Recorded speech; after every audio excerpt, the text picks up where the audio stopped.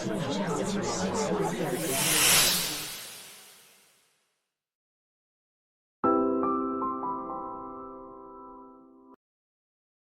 着故事，看着故事，写着故事。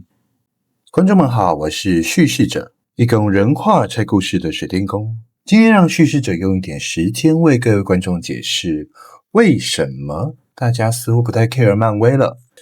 试想一下，是不是有些故事被吹得天花乱坠，看完后却让你觉得就这样？有没有喜欢上某部作品后苦苦等待，最后真的播出了，又让你失望透顶？很多人以为是漫威变难看，所以你讨厌了，是核心角色越来越少，所以没感情了。但是更准确一点的说是，漫威开始不尊重你曾经投入过的情感。大家都知道尊重是相对的，我尊重你，尊重你的投入，你尊重我，尊重我的情感。那么通常都会通向双赢的局面，即便困难，至少也会是互助有无。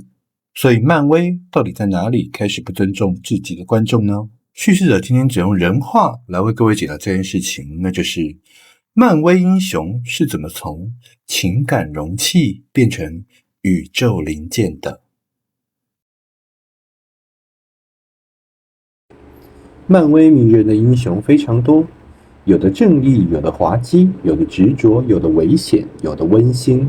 但是还有一位他相当的特别，成长幅度也是非常的巨大，那一位就是钢铁人东尼史塔克。熟悉漫威宇宙的戏迷朋友们都知道，钢铁人他从第一次登场时的武器商人身份，在山洞里的生死关头是一位医生不计前嫌，以命相搏，让东尼史塔克成为了钢铁人。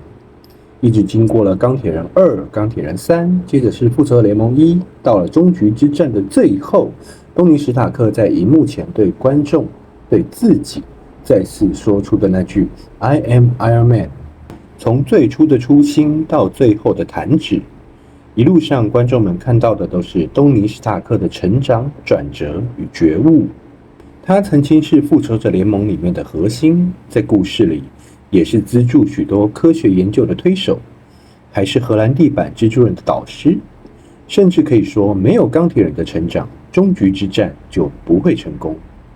那句 I am Iron Man 也是陪伴了观众无数时光的蓄势定锚。东尼史塔克在荧幕前为观众留下的宿命感是相当难以复制的。所以不是先有装甲才有钢铁人，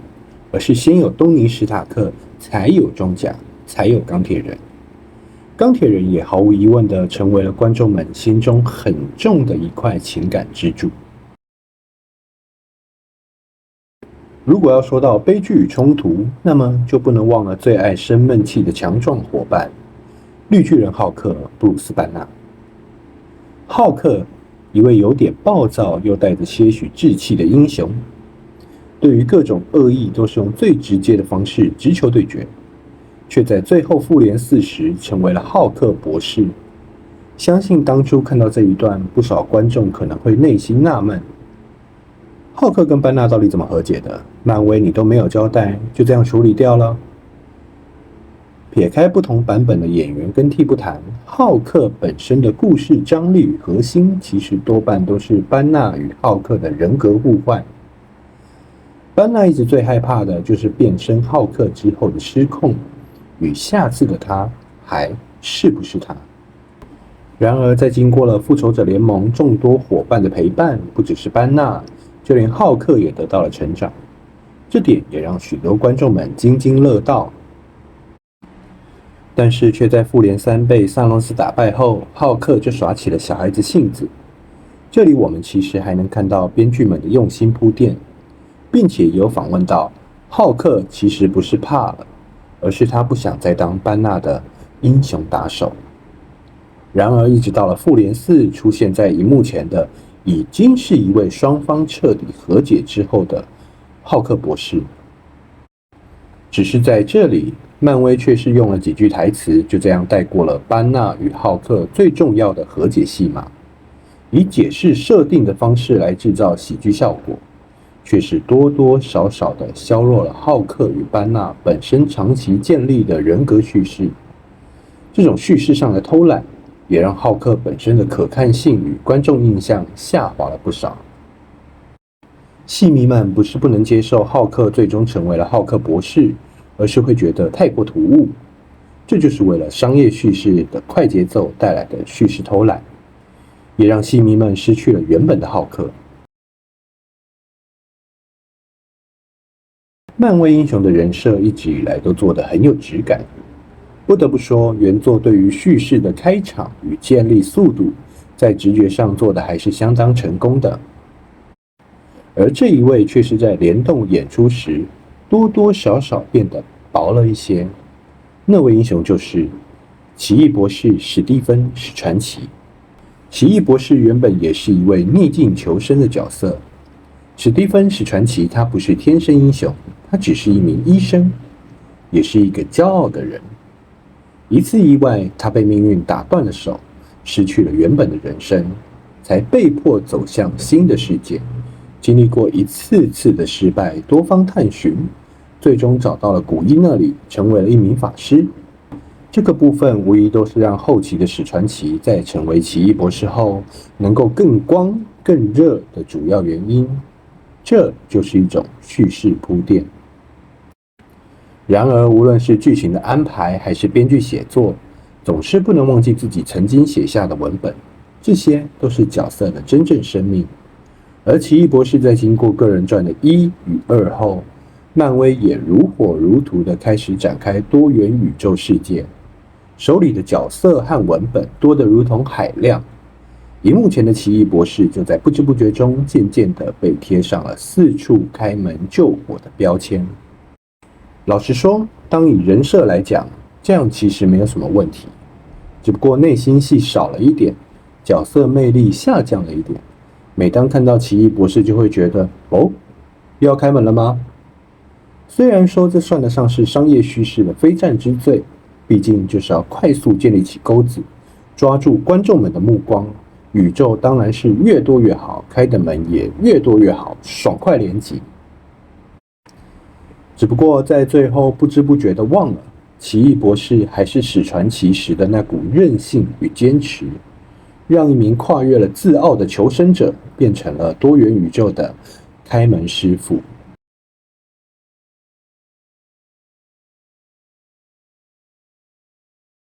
钢铁心莉莉·威廉斯。首先，钢铁心的开头给了观众们什么？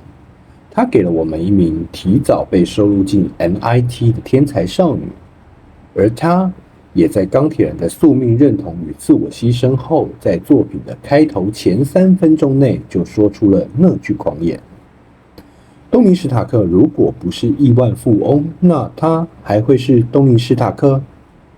老实说，在建立人设的初期，这就是个相当不讨喜的开头。我可以理解编剧想要在观众面前塑造女主角青春年少且不懂事的人设，并且还在下一句就安排了 "No shit" 的台词。即便他后面补上了一句 "No shit"， 说自己不是在酸东尼，这句话依然很容易正面迎上观众对东尼的记忆，因为观众们记得的不只是亿万富翁的东尼·史塔克，大家也还记得那个在山洞里靠智慧、觉悟，还有一箱破铜烂铁就做出第一套装甲的人，并且真诚地对伊森表达救命之恩的东尼。这就是莉莉带来断裂感的开始。紧接着，他在 MIT 使用学校的资助与奖学金开发自己的装甲，却因作风不端与研究失控而被迫离开。观众们不一定会细分他到底花的是奖学金还是自己筹来的研究资源。观众们唯一看到的是，当时莉莉偷摸地带走遥控器，接着一装备装甲就火急火燎地离开。这时大家的心里多半会出现一句话，那就是东尼·史塔克不屑做这种事情。为什么？因为他是东尼·史塔克，即便他什么也没有，他也会在山洞里面再造一件新的钢铁装甲。这里也是断裂感的再延续。然而，接下来女主角遇上了一伙犯罪团伙，并且为了钱误入歧途。这里也是断裂感的最大化。即便在之后的过程中经历了一连串的事件与转折，最终漫威快速的走完模板，英雄式觉醒。虽然没有明说是接下了钢铁人的位置，这也很难改变一开始的人设失败，并且多多少少在观众们的心中留下了这不是钢铁人的感觉。这就是漫威用上了标准成长模板之后的叙事背叛。总的来说，我可以理解编剧想要做出新钢铁人的想法，过程中也能看到效仿荷兰弟版蜘蛛人立起青少年成长的模板，但是却用了相当不适合的方式与偷懒的做法。以前漫威让你看到一个人成为英雄，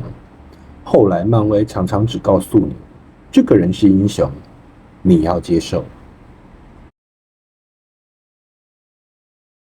最后，我想说，漫威被你讨厌，不是因为他没有英雄了，是因为他开始把英雄当成可以替换的零件，强迫观众们去接受套上商业标签的角色，就说是英雄，是接班人。可是观众爱上的从来不是零件，而是活在漫威宇宙里面每一位活生生的角色。他们有自己的坚持、原则、生活，偶尔会犯点傻，但是他们是英雄，也是人，更是观众们难以割舍的情感。所以下次看漫威时，各位可以先想好，你呢是想来一场多重视觉飨宴，还是希望自己支持的角色被善待？想好了，各位就知道自己想要什么了。好了，非常谢谢各位的收看。如果你也曾经觉得自己不是单纯讨厌故事，而是不知道怎么继续爱它，欢迎按赞、订阅、留言讨论或是分享，我会虚心了解各位的想法与视角。这里是人话说故事，我们下次影片见喽，拜。